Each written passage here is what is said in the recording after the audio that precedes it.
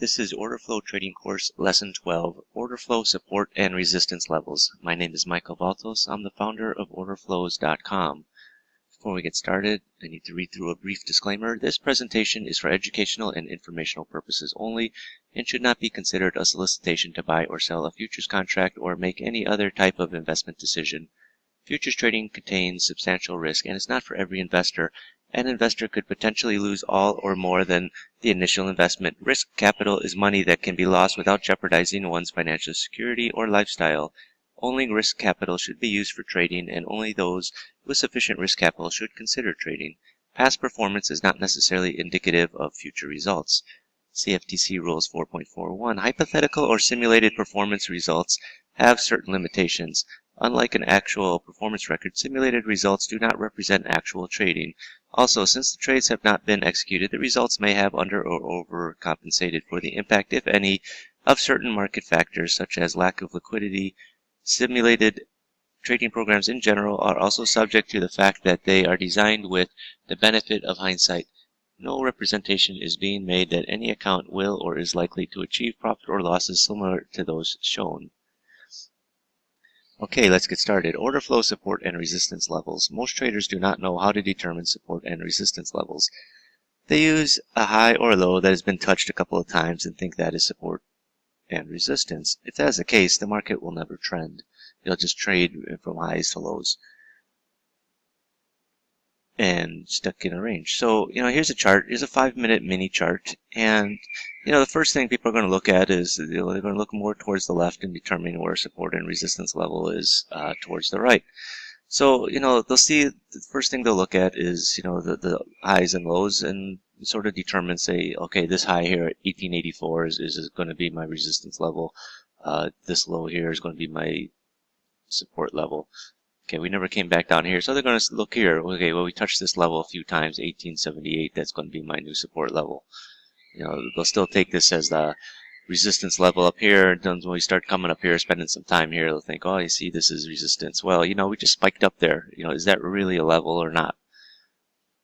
It's people, they just sort of eyeball it, and they think they know what they think they have solid support and resistance levels. But if we traded 2 lots up here, is that really going to be resistance if we come back up to it? We spike up here, is this going to be resistance again? You need something more than, just printing a high or a low. So when properly understood, order flow will show you market-generated support and resistance levels. These levels are important during the trading day, especially when the market circles back to those levels. Knowing where buyers are supporting the market, knowing where sellers have supply to sell. Key areas where the market can turn when the area is retested. Not always areas where market is out of balance. It could be an area where market is in balance. Oftentimes it is an area where the market can't move prices past. If the market can't move the price past a certain level, if the market can't move the price above 1940, that's going to be your resistance level. Support and resistance helps guide you in your entries and exits. Support levels can be interpreted as levels where there is strong demand dominated by buyers, and resistance levels can be interpreted as levels where there's strong supply dominated by sellers. Now let's take a look at a quick example here. Now, so the market was in a little bit of a downtrend here, coming down, going down into the low at 1045. Then all of a sudden you see a shift. You can see it in the deltas, negative deltas all the way down. Then you get a positive delta. You get a stacked buying imbalance. So there's aggressive buyers here. The market works its way up, starts to come back down into this area where the aggressive buyers were. And now it's acting, this area, this zone of aggressive buyers is acting as your support level. It's supporting the market. Every time it sort of comes back down to this level, the second time, it bounces off of it and goes higher. This is information that's generated from the market. If you're just using, eyeballing and saying, oh, this low here is the low that's going to be my support level, well, if you're waiting for the market to come back to it, it never came back to it. Whereas if you have a market-generated level, right here at 3046, the market came back down to it. It's more accurate than necessarily just eyeballing certain levels on a chart. So support and resistance levels can change. They can and do change. They are levels where buyers and sellers lurk in the shadows.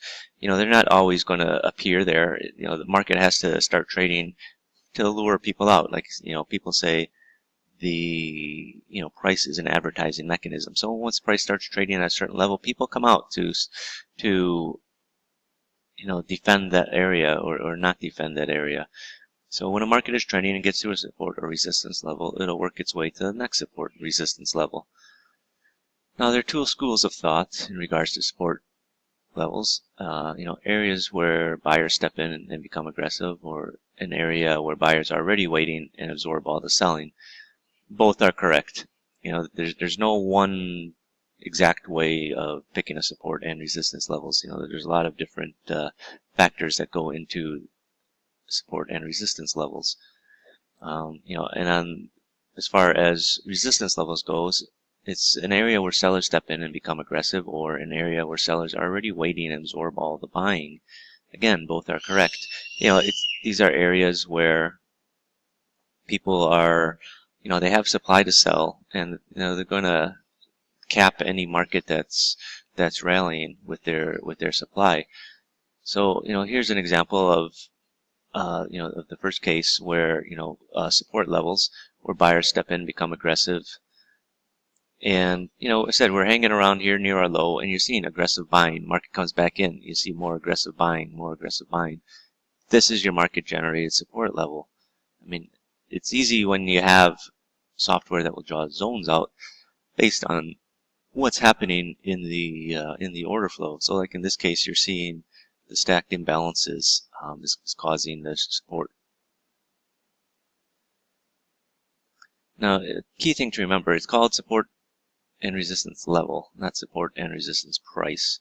So the market can break through an upside level by a few ticks and then sell off. Or conversely, the market can break through a downside level by a few ticks and rally. Think of it more as a zone as opposed to an exact level. Looking back on the chart, don't think of it as, well, in this case, stacked imbalance. So you're going to have a few price levels. But, there's times where the market can break through by a couple ticks and then rally. It's not just going to be one exact price. Market rarely comes back exactly to a price and then turns. More often it sort of comes back to that area and then turns. So remember that support and resistance levels are market-driven levels. They're part of the market. They're generated by the market. At least they should be generated by the market, by the supply and demand of what's happening in the market. I said if you're just sort of looking at a chart and eyeballing it, off recent highs, recent lows, or maybe where we spent some time, that's not an exact market-generated level. You're just sort of looking at it, and yeah, the market bounced off this level, but you don't know factors behind it. So let's look at a bunch of examples here. So this is crude oil, and first I just want to show you, it doesn't always work. You have to take things in context as support and resistance. So you have this buying imbalance up here, but the next bar we opened up below it. I said if it's going to be a support level, we should be trading above it and come into it, not trade below it and come into it. Again, we have another buying imbalance up here, which would normally act as support, but when we open and close, we're spending all this time in it, most of the time below it. If you're looking for it to be a support level, we should start out above the market rather than below the market, because if you're below the market, instead of being support, you're looking at resistance. Okay, here's an example of a crude, again, where it failed. Like I said, it's not, support and resistance don't always work 100% of the time. They work majority of the time, but there's going to be times where they fail, and gotta go through examples of failures first, so you can at least understand it and and take things into context. So what do you have? Okay, you have the market coming down. You get a selling imbalance here, and we open up below it, which is what you like to see. So you have your level here. We're spending some time below it, but then we start trading back into this level. We go through it, but what you're seeing single prints, here, here, here, as we're trading up through the level. So what was resistance before is now appearing to become support. That this is something, it sort of talked about earlier about price rejection. Don't marry yourself to a trade. Don't think, oh, I have this level, I have to be short. The market has to go down. Once it starts showing signs of, reversing, your support level, your resistance level is all of a sudden going to become your support level when you're getting, the order flow confirming it. So you could see, initially this was acting as resistance, but, the mood changed in here. You can see how the delta changed from, negative, negative, negative. Now you're starting to string together positives, and you're getting small prints, single prints in here.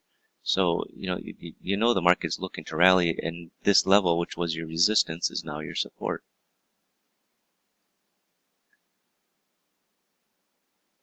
Again, this is crude. Crude's a very volatile market, but, it provides a lot of trading opportunities. And, we're sort of going sideways, and then all of a sudden you get the selling imbalance right here, sort of at the edge of the sideways move, and you're thinking, hey, we're going to start to break out. But what happens is we're still inside, we open the next bar inside the zone. If it's going to be a resistance level, we should be trading below it. If we're trading inside of it or above it, it's not a resistance level anymore. You have to take things into context. If anything, once you start spending time above it and you're getting, indications that, the market's going higher, it's no longer resistance, it's more of support. Okay, so this is a 5-year chart. Now, I'm going to get into a little bit more advanced support and resistance.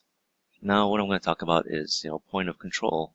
The point of control, I talked earlier lessons about how it's the area in a bar with the most volume. And, once you decide you're in a downtrend or an uptrend, it's going to be your support and resistance levels.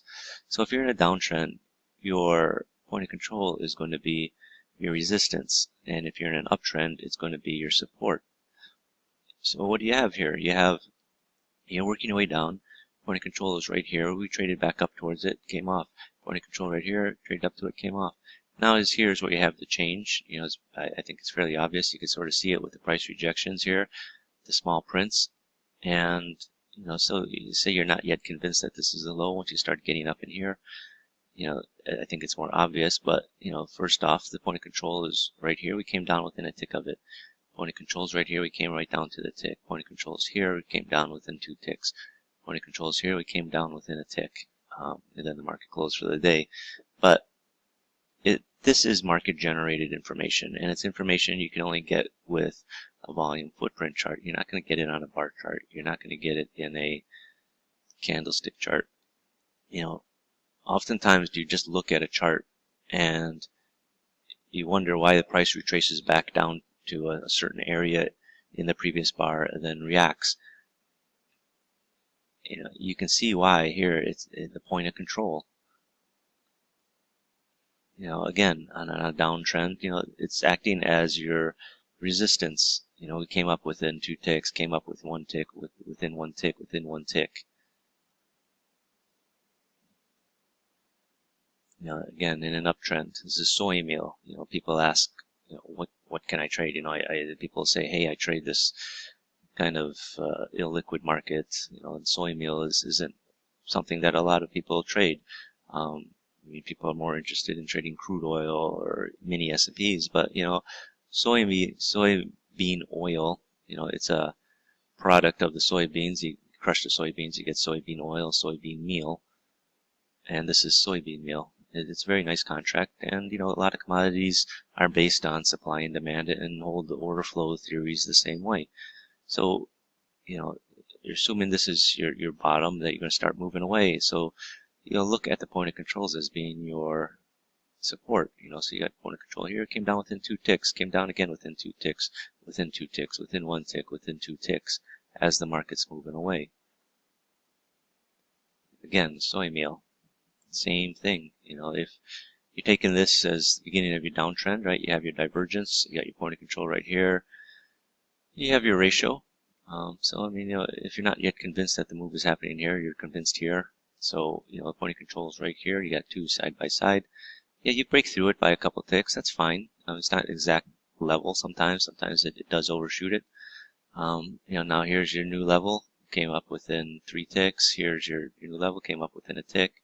Here it came within 1 tick. Then you see it shift again here. You got the side-by-sides, and now this is becoming your support level. We sort of trade around this PLC here before going up. Okay, this is a bond chart. Again, same thing. This is, it's market-generated information. You're having your uptrend, and you're coming down exactly to the point of control here. Point of control 1 tick. Point of control a couple of ticks. If you're assuming that the market is starting to move, then once you're convinced that you have the shift here, from the uptrend, and now you're going to start a downtrend, you're seeing the single prints here. It's indicating that price up here is being rejected, and you're looking to get short. Look to get short somewhere around the point of controls. I would usually like to give it a couple ticks because it can come up within 2 ticks usually. But it gives you an entry level, and if you're convinced that that's the beginning of the move, your stop can be fairly close. So I mean, you got your point of control right here. Say you're not yet convinced that this is the top. Once you see it here, you're getting short somewhere in this bar. And you get the nice little move down. I should have put. I mean, this is right before the close, so I don't know if it's prudent to start trading there. But what you're going to do is you're going to be looking, to get short around the point of control, and a tight stop just above, the top of the bar at worst case. But you're really going to be looking, just on the other side of the point of control as your stop level. Okay, again, this is the bonds. So, you're starting to work your way up, sort of go sideways. You got these 3 point of controls, lined up here. But it's more bullish than bearish. You got a couple of ratios here. You do have this one, which sort of throws a spanner in the works. But overall, the deltas are positive, and the market is starting to move up. So this level right here, we come right down to it, get through it by a tick. You can see you got this single print here. Price is being rejected down here, and I'll say it's a no-brainer. But it's one of those. It's a trade that you're going to have very low risk on if you're getting long in here at 28, 29. Your stop is just down here around the 26 level, and and the market goes up, and you can see it's using the point of controls as the support levels on the way up. Okay, back to crude. Crude is kind of a beast sometimes to trade. Let's talk about this real quick. We're sideways here. I'm more inclined to look to get short. We did come up, get stopped out. If you're looking to get short here, usually I put my stop up, just above a few ticks above the point of control, or even at the high of one of the bars. And again, it looks toppy, but what do you have? You got these point of controls here. If anything, this is a sideways market. It's hard really to, I said, if anything, I'm more inclined to get short. But then, I noticed that what's happening is we're starting to, make higher lows on the way up, and it's acting as, and each time as we're making that higher low, it's acting as a support level. Whereas here, you're just sort of going flatline, going sideways. Once you start seeing the point of controls rallying, I'll say rallying, but the point of controls are going higher and higher. I'm always looking to see where, where the bar ends, relative to the point of control before it. And when we're getting in here, I can see, hey, we're starting to reject these prices. I got a single print here, with the ratio. Fairly confident in looking to take a long if we're starting to break out of this area up here. What I was looking for before is this being resistance is now going to be my support. And you can see we just jump right through it here with very thin volume. So what was resistance before is now becoming support. And you can see we're forming the new point of controls well above this earlier level of resistance. Okay, so this is the crude again. Look here, right in the middle. You have, this sort of, it's, point of controls are a little bit higher each level. We're starting to come down here. You get that single print. So, it's telling you this area, when you're first looking at it, you're thinking, well, maybe this is support, but then you're seeing these red candles and you see this single print here. So, you're thinking if we can stay below it, then, we've got more of a capacity to move lower. And then you get this single print, or sorry, this ratio here. And, we staying below this, this sort of, what you want to call it, this sort of area here while the point of controls are lined up. We came back up to test it here, and, we couldn't, got within a few ticks of it and then sold off. Okay, so this is the E-minis. And what you have here is, okay, you got the rally up here, but then you got right up at the top, you got the point of control, you've got the heavy volume. Heavy volume can act as resistance.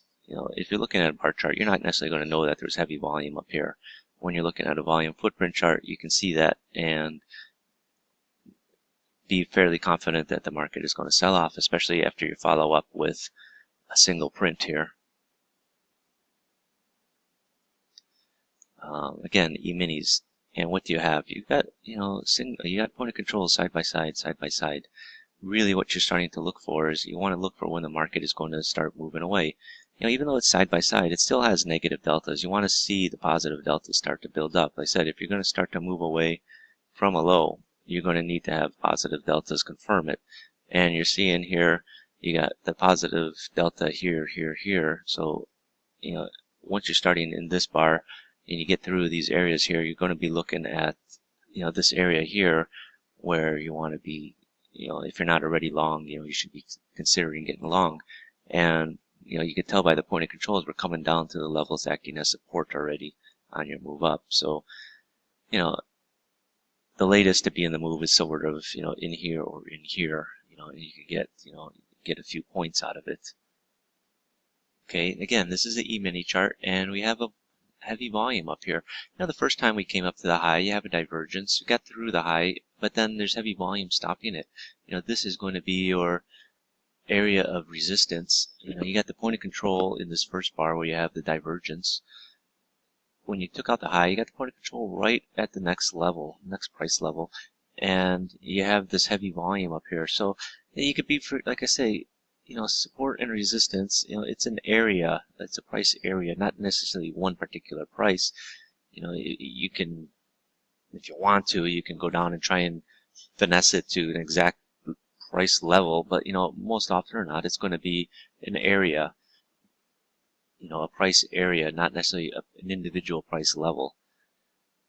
And, and what happens? We just start selling off, like I said, using this area here as your resistance level. The market never came back up. We tried. You see, there's no follow through, and all you're seeing now is more selling. You're seeing selling imbalances. Here you got three buying imbalances, but we can't get past, it comes right back up to this point of control, this single print here, and then it just continues lower. Like I said, think of support and resistance sometimes as levels, not individual prices. I think people sort of get sidetracked and think of it as an individual price, and if it violates it, it fails. Not necessarily. You have to think of it as a price, a price area. Okay, this is a perfect example. We had come up here, we hit our high here. We got a ratio, got a small print, and then at the bottom of the bar, you've got the selling imbalance. We open up below the selling imbalance, trade back into it, get through to it on the other side. We're still below this point of control. So this is your resistance area. As long as you can sort of stay in this area, preferably below it, then the move will continue lower. But if you're trying to, really pick an individual level and say, okay, the middle of this selling imbalance, is going to be my level, and if we get on the other side of it by a tick or two and we get out, well, you know that you have this level up here, this point of control to hide behind. And, we traded, literally into the middle of the zone, and we tested it again before selling off. This is a mini chart, and, you're seeing the same thing, right? You got the buying imbalance here, just off sort of the swing low. The bar we opened up, outside of the zone, trade back into it. We get on the other side of it by a tick, and then, the support is there. You've seen the buying come back in that occurred here, and the market worked its way back up.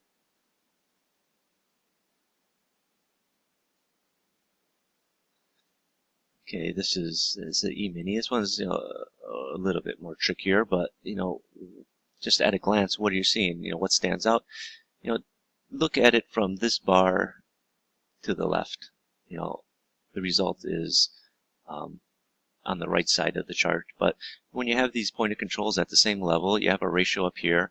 Again, the point of control is you came back up towards the ratio, and you couldn't get up to that level or get past it, and then the market sells off. But your first starting point as the resistance level is where all these point of controls are. Your second part is up here at the top where you have the ratio. So anywhere between this high and these point of controls is going to be your your area of resistance. I said it's a resistance area. People get blinded and think it's going to be a single price. Like you think, oh, this is your resistance, and we're on the other side of it by a few ticks. That it's not going to hold. Well, I think it's poor thinking, poor analysis in that respect. I said it's an area, and we came back into the area, and we rejected the prices up here, and we sold off. Again, it's you got the selling imbalance. We spend a lot of time below it. We do come back up into it. We trade just on the other side of the point of control, and continue lower. Now, for me, I prefer to use this selling imbalance, have this zone drawn out. I draw it out 5 spaces. I'm not looking for it to hold, the rest of the day. I'm just using it as a immediate support or resistance level, depending on what type of stacked imbalance you have it. But if after five bars, I really feel it loses its effectiveness. In this case, it did come back, in the 8th bar and tested it and held again. But for the most part, I'm really looking for it to hold over the next 5 bars. For me, I like the move to happen fairly quick rather than, wait out 5, 6, 7, 8, 9, 10 bars. But you see, the same analysis, this is your initial zone, then you'll be looking at the point of control, in worst case up here. So, this bar is going to be your resistance. We came back up into the resistance and got back through it a little bit and then sold off. Once you start trading on the other side of this zone, okay, you could start to, I say worry, but you start to really pay attention and see how price is acting as you get to the point of control or up near the high. Again, this is the point of controls all sort of lined up here, and you got the 2 right off the bat side by side, and then you get this third one here. Just it's 1 bar removed, but what's important is the market tried to rally back up above this point of control, where the 2 bars are, but we couldn't get up to the high, and then we continue lower. So it's telling you that this area in here is going to be your resistance. As long as you can stay below it, then look for that sell-off in the short term.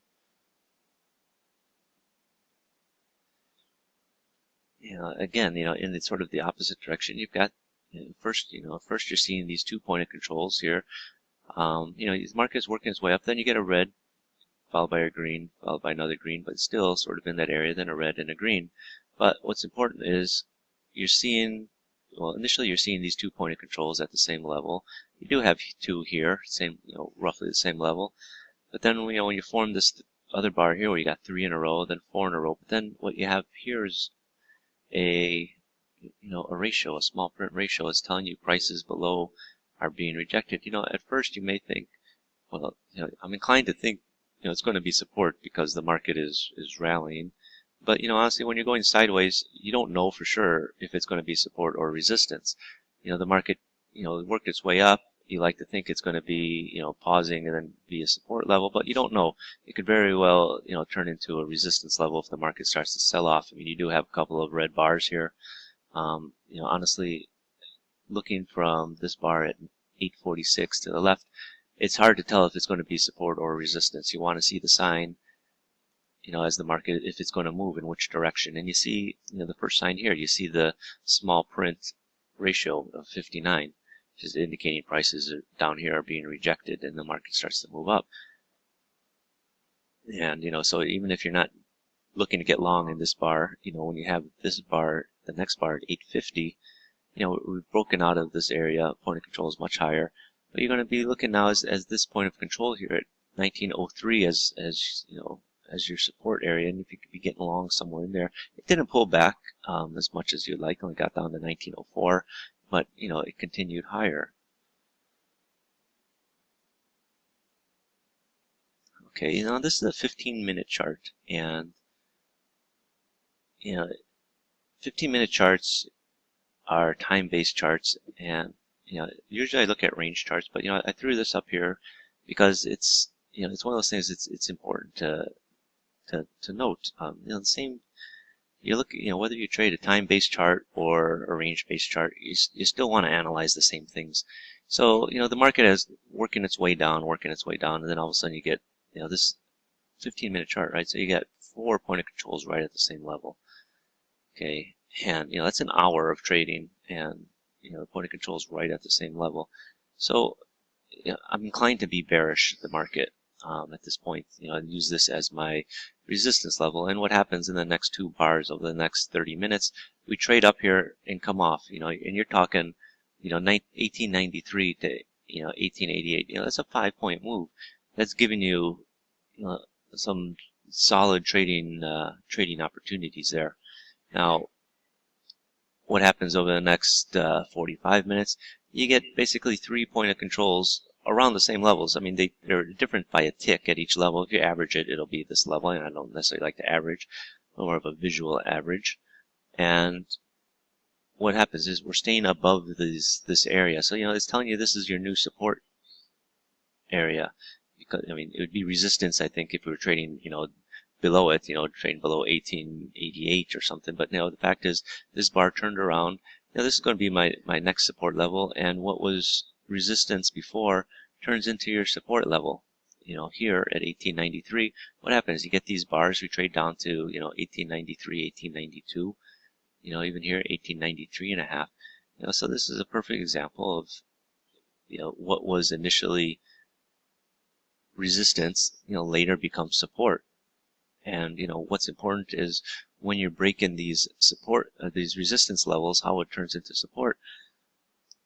Look at what's happening with the volume when you break through this resistance level. You're seeing buying imbalances just on the other side of it, and you're seeing very thin volumes traded on the bid side here. So obviously, people are being aggressive. So, they're saying goodbye to this level as a resistance level. They want to start moving it up higher. And so this resistance level is going to be your new support level. So, anywhere between 93 and 90 would be your, be your new support level. I would look for this to sort of be the bottom of the range. But really this bar at 245 is really the sign that, what was your resistance is now your support level. And you can see it just sort of trades back down into that area and just bounces back up. Again, tests it, bounces back up. So that's the end of lesson 12, order flow, support, and resistance levels. In the next lesson, I'll explain order flow, fair price, and absorption, and how to use them in your trading. People often talk about, market will move from out of balance to a place in balance.